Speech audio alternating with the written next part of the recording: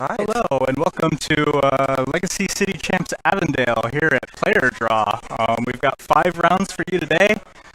Unfortunately, we don't have it on stream, but obviously since you're watching this, you're probably watching it on YouTube or some other place we've uploaded it. I'm Daniel Inocencio. I'm one of your commentators today. Hi, I'm Gray Ullman. I'm so sorry you have to listen to me today. So our first matchup of the day is between Brad Young and Zach Zent. We do not have their deck lists, so we do not know what they are playing.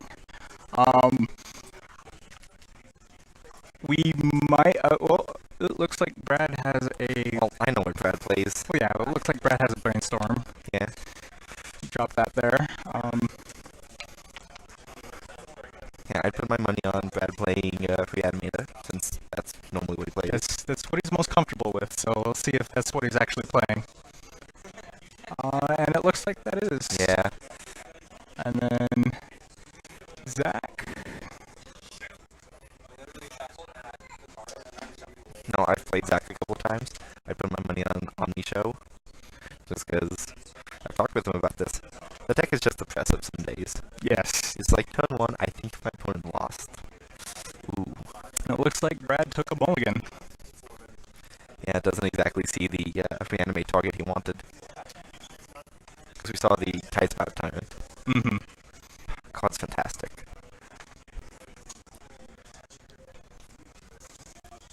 Let's see if his 6 does better for him.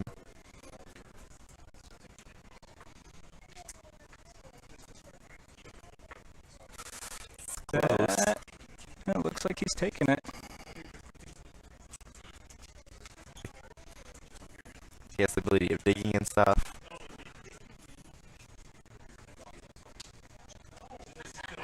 Opens with the turn 1 Thoughtseize. See what he's got. I saw the card all the way on the left and I thought it was a fog bank. Ponder, Flooded Strand, Fire and Ice, Daze. Force of Will, and Daze. So it looks like he is definitely on Omni-Show. Mm-hmm. So this should be a pretty fast matchup between two really fast decks. Yeah. Here goes that whole 10 minutes of all life. And it's one of the worst things to see is like 2 fast combo decks playing against each other, or you see, well, Reanimator and Storm play. Because sometimes it's over on turn 1 and you just start you spend more time shuffling for the match than you do playing it. Mm-hmm. I mean, I play elves, I always spend more time shuffling. I play Nickfit, I definitely always spend more time shuffling. I think I spend 80% of my time on my deck. I run 8 tutors. I know that feeling. 8 tutors? Yeah, Lands runs 8 tutors. See, I only have like... And fetches, so it technically, since fetches, lands. I run 12 tutors. Yeah, a lot. Alright, so it looks like you fetched out.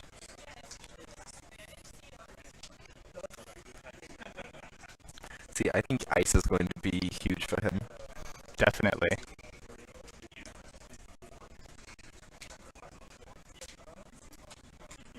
Like, such a huge fan of the possibility of him just being like, I guess that thing no longer. Oh Ooh, wow! So he Delver. wasn't. He was on Delver. Like all types of sauce. This is pretty good. Oof.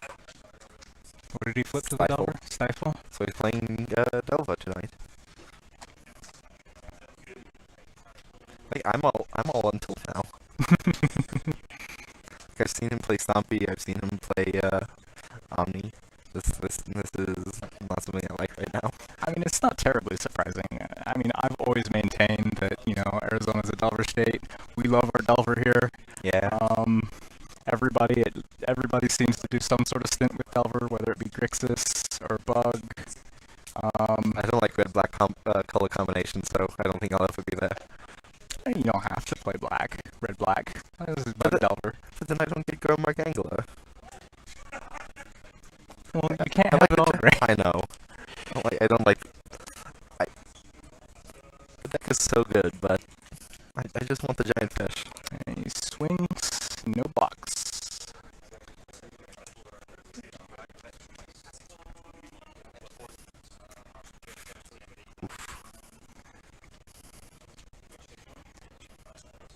Oh, Looks poor like Brad. Brad is in a pretty tight position here now.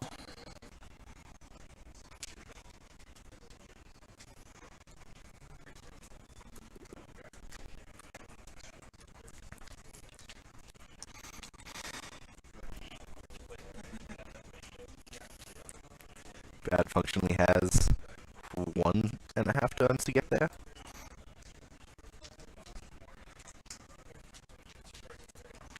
Cast Careful Study. Let's see if he can find what he needs. See, if it was me, I counter it. Just I because, could see it. I mean, well, it's obvious that Brad is not does not have what he needs. He's passed a turn doing nothing.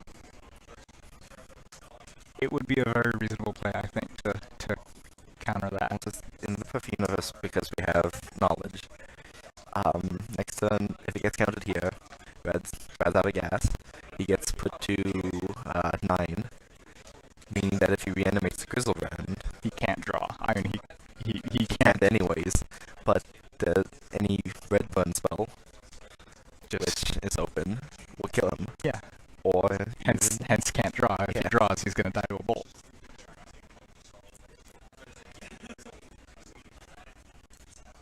And it looks like he dazed it. Yep. surprisingly in Spirit Guide. It looks like Zach saw the same line of play that we did, And there's the bolt. and that's the bolt. And that should be game 1. Because untaps puts him to 6. And no reanimate targets left.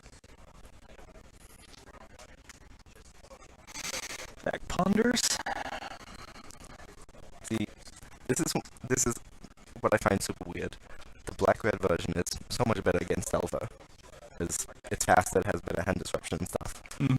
Less counter spells. But the blue version is so much better against so many other decks. The blue version, I mean, I've seen both versions play a lot. I haven't played either version myself, but the blue version seems to be a bit more resilient. The red version is just so lightning fast that its hope is that you just can't deal with it. But I feel that overall, once you survive it, it's more fragile. That was a painful thing to just watch. Yep. But still probably top 5 favorite plays in Magic. Seeing a Stifle on a fetch. The only time it's better is if there's like a Leon and Arbiter in play.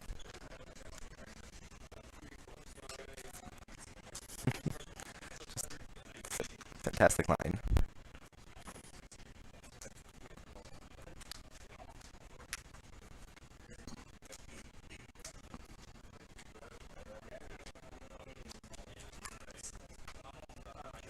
He's digging, hoping if he can find anything to get him out of this jam. That's not great. And that was not a good ponder.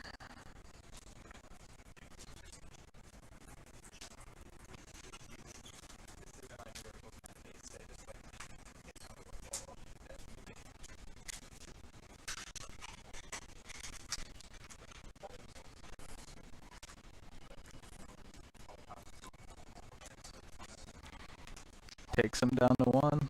Let's see if he has us.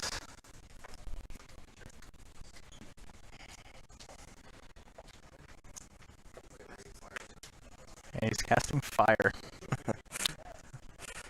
And that is game 1. I've always been a big fan of the split cards. I wish they printed more of them. Back when I was playing, long time ago, when I was a little kid, I always had fun with them. It was Onslaught. I want to say Onslaught. Yeah. It's a spider. Yeah.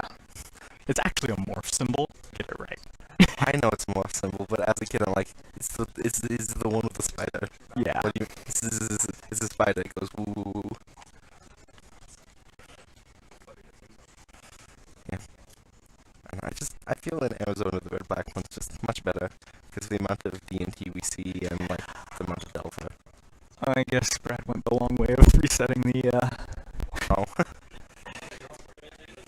I really just need to leave a sticky note on there or something. About how to function, how to use the iPad. I have even these super bright pink sticky notes specifically for this. Let's be honest, I'm never going to do that, because we'll take the sticky note off later and never put a new one on.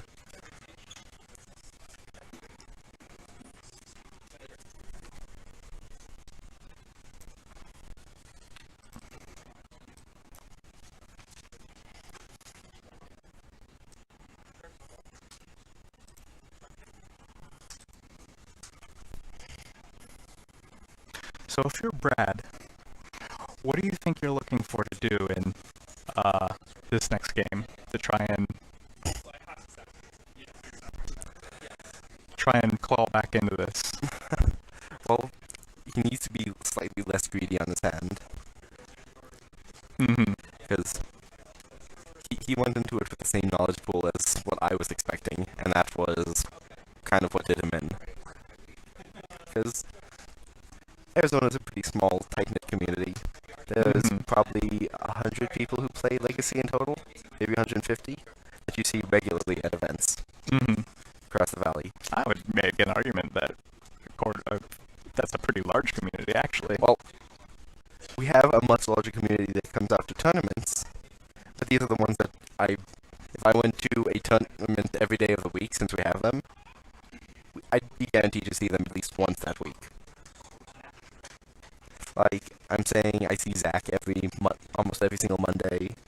I see Espinoza probably every Monday and Friday. I see all these people every single week. Just You across kind the of valley. get to know what people play and kind of... Yeah. And I'll admit, I've been pretty bad the last, 2 weeks. I haven't been showing up. Mostly because I'm too lazy to sleep up Beck and Call and play that. I need to buy 4 kobolds and then I have the deck done. playing Cheerios now. I want to play Cheerios and just...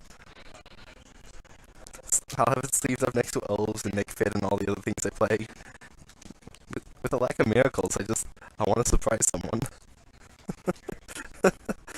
Be like, Gemstone Mine, pass the turn.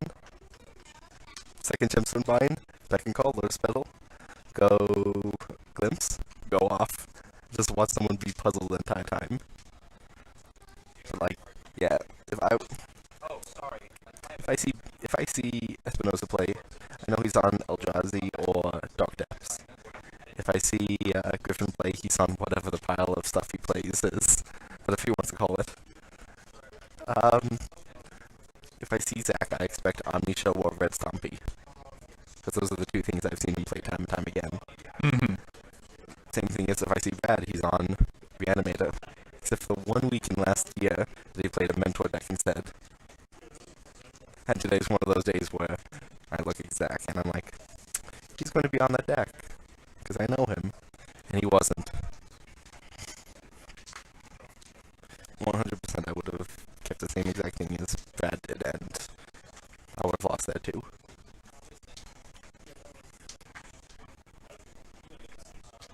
So do you think in this community there's an advantage to playing multiple decks? Because I mean, there's people like me who stick to one deck and one deck only, and then there's people like you who like to play several decks.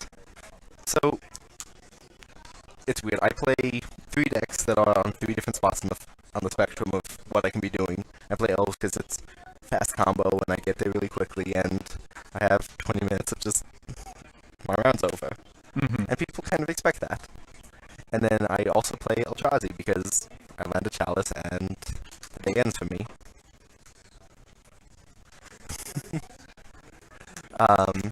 That's simply how it is. Then there's the days where I'll play Nick Fit and I'll grind out against Death and Taxes, and I really don't want to play Nick Fit when I have to play Death and Taxes. But there's when you go to an event like this, if there's a deck that you are good with and you're prepared with,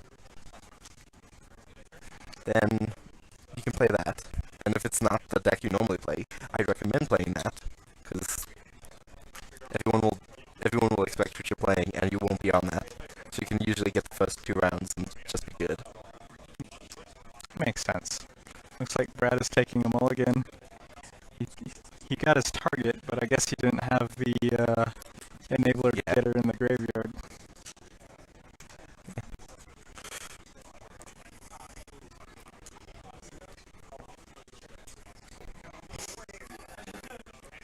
See, this is also why I feel like black-red is just better, because you have more looting effects.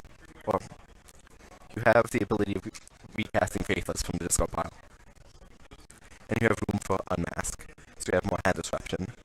Or you and Unmask also just Yeah, disrupts yourself. disrupts yourself. But in theory, oh, that's better. Ooh.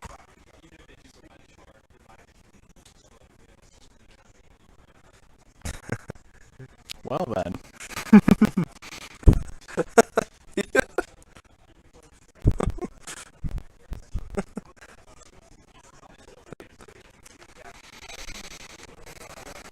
That was actually pretty lovely. One second, we will get the name of the target. What is it, Brad? Cool. So the fifth needle is on Deathrite Shaman.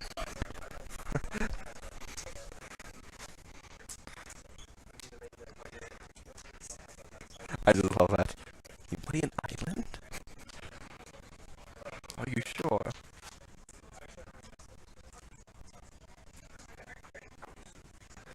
Seems pretty slow.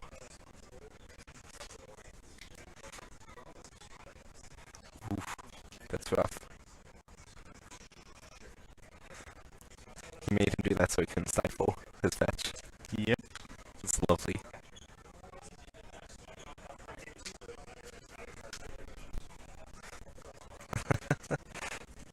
So do you get the card that lets you go fast? Or do you get the card that hoses out the opponent?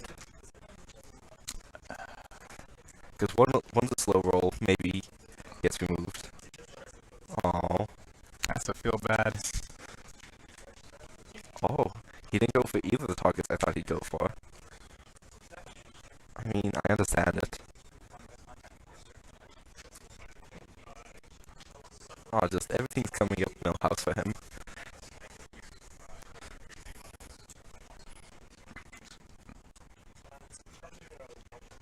Looks like Brad is thought seizing Zach. Oh,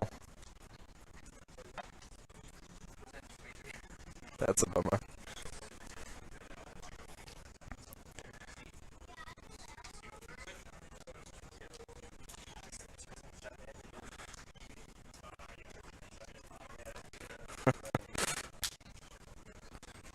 I just, I just enjoy what happened there.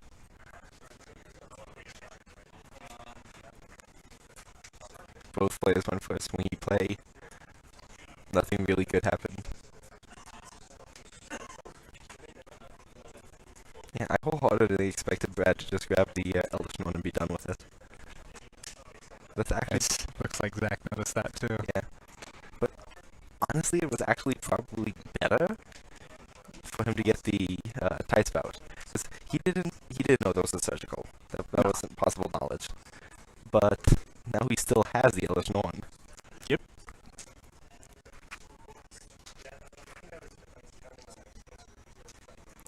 Time to lose slowly to a Deathrite Shaman, the best beater in the game. I can't tell you how many times I've lost to a Deathrite Shaman. I can't tell you how many times I've lost to not swinging with my Deathrite Shaman. You think I joke? I do not.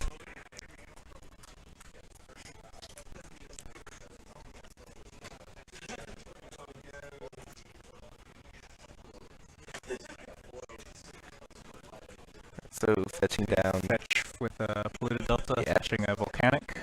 Correct. Let's see if we can do something about that glare real quick.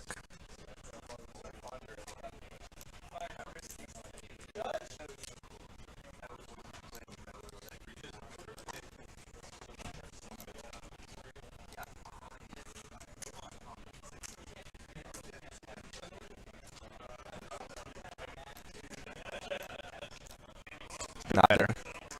Not in any real fashion, though.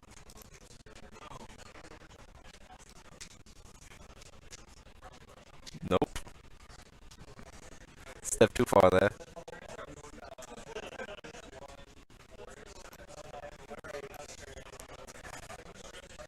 See, it's just a secret ability of ours. We're always directly under a light. Yeah. The only convenient places in stores, directly under a light. I've actually thought about building like a little canopy before, but Using our own lighting. just like a sheet. Buy a ladder and like 2 thumbtacks and pin it to the corkboard. What feels really bad is that sooner or later Brad's going to have to abdicate that Deathmatch Shaman.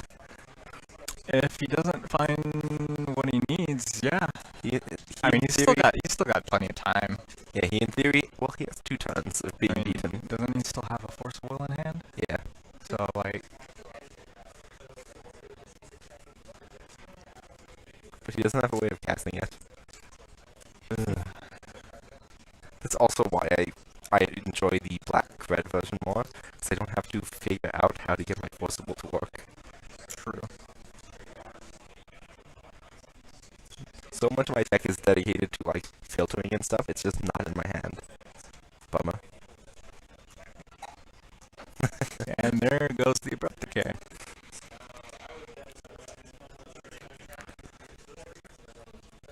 Second Deathmatch Shaman, second Deathmatch Shaman.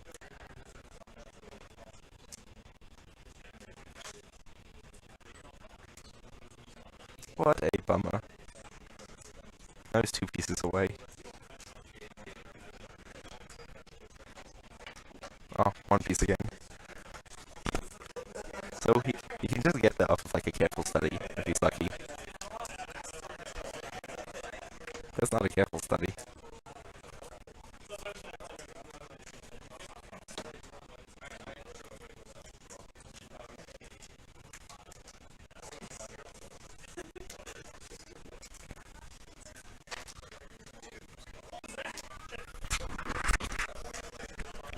So the second pithing needle is on Wasteland. At some point, just leave a sticky note over there with the phone numbers and be like, text me what the pithing needle is on.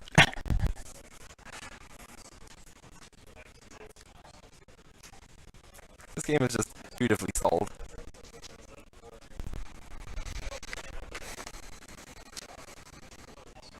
See, that's like spell snap. I feel like that card is fantastic, but when the game goes on so long like this, it becomes force fodder. But at that point, you could have just killed them. So if you had to choose between blue-black and red-black, you'd choose red-black? You seem to be leaning towards red-black. In this meta, where the deck is play Delver, play Death and Taxes, or play a Fringe deck, that's what Arizona is. At least that's how I've always felt it. Mostly because I've played several weeks where 4 rounds, and all 4 rounds are either Delver or D&T. I don't know, I think I'm just better because you can put GT in both of those decks, and my elves die to GT.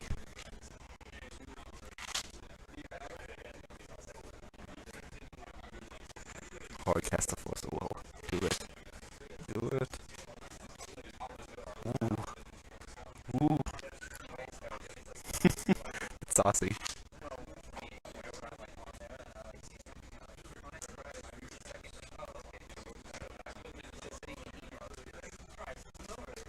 Come on, do it.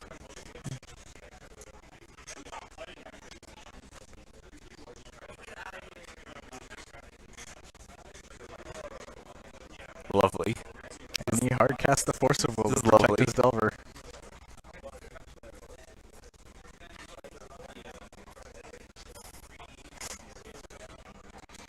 So now that Zach's got a threat on board, Brad is starting to look like he's in a pretty bad position again.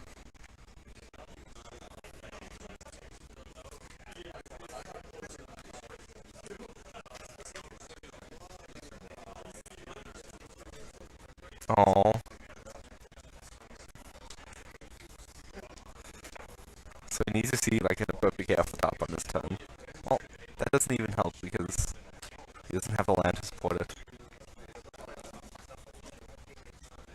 He'll need like 2 or 3 cards. Oh.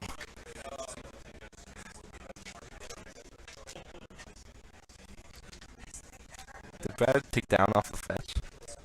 It was. You still play alive, right? You're right.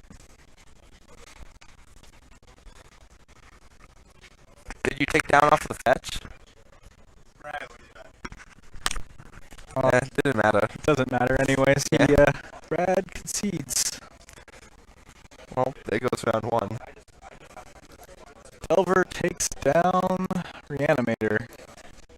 Which, honestly, if any deck should do it, it's probably Delva. That is true. And probably my second favorite blue spell to see hardcast. We brought in a Graph Diggers, Surgical. Can't tell what that card is. Not Pyroclasm, but Pyrokinesis, I want to say the name is. No, not that one. The There are 2 Cabal Therapies, a Fluster are Storm. those Cabal Therapies? Yeah. Okay. They are the original Cabal Therapies. Okay. The original art. Just if there's ever a card with this big bulbous orange in the middle of it, that makes it look bad, it's that. And it looks like Brad brought in Shows, Abrupt Decays, Needles, Archon. I love Blazing Archon. Oh my god, that card's so good. Blazing Archon, my greatest nemesis. Because it can block like a champ. How's your greatest nemesis not Ashen Rider? Ashen Rider's also pretty bad. Because you hit it with your Merit Lage and he exiles it. And you make another Merit Lage, so he reanimates it and exiles it. I was playing a game against Brad. He got a Blazing Archon out. I had a Merit Lage out. We just kind of had a standoff there. And the game just stalled, and I ended up having to kill him with Punishing Fires. 1 life at a Not even 2 points a time. Not even... Nope. That's really bad. But that concludes our first game of the day. We will be right back. I don't know how we're actually splitting this up, so it might be a new video. It might be a. It's literally going to be a new video. Okay. Well, Otherwise, if this is what happened when we did the last Legacy series, no one hit stop record. So there's currently a 30-something gigabyte video that will not upload to anything because the video crashes. But I can't cut it. It won't load to my video software. we will see you in the next one. This is Dan Inocencio. This is great. Good luck, and don't lose.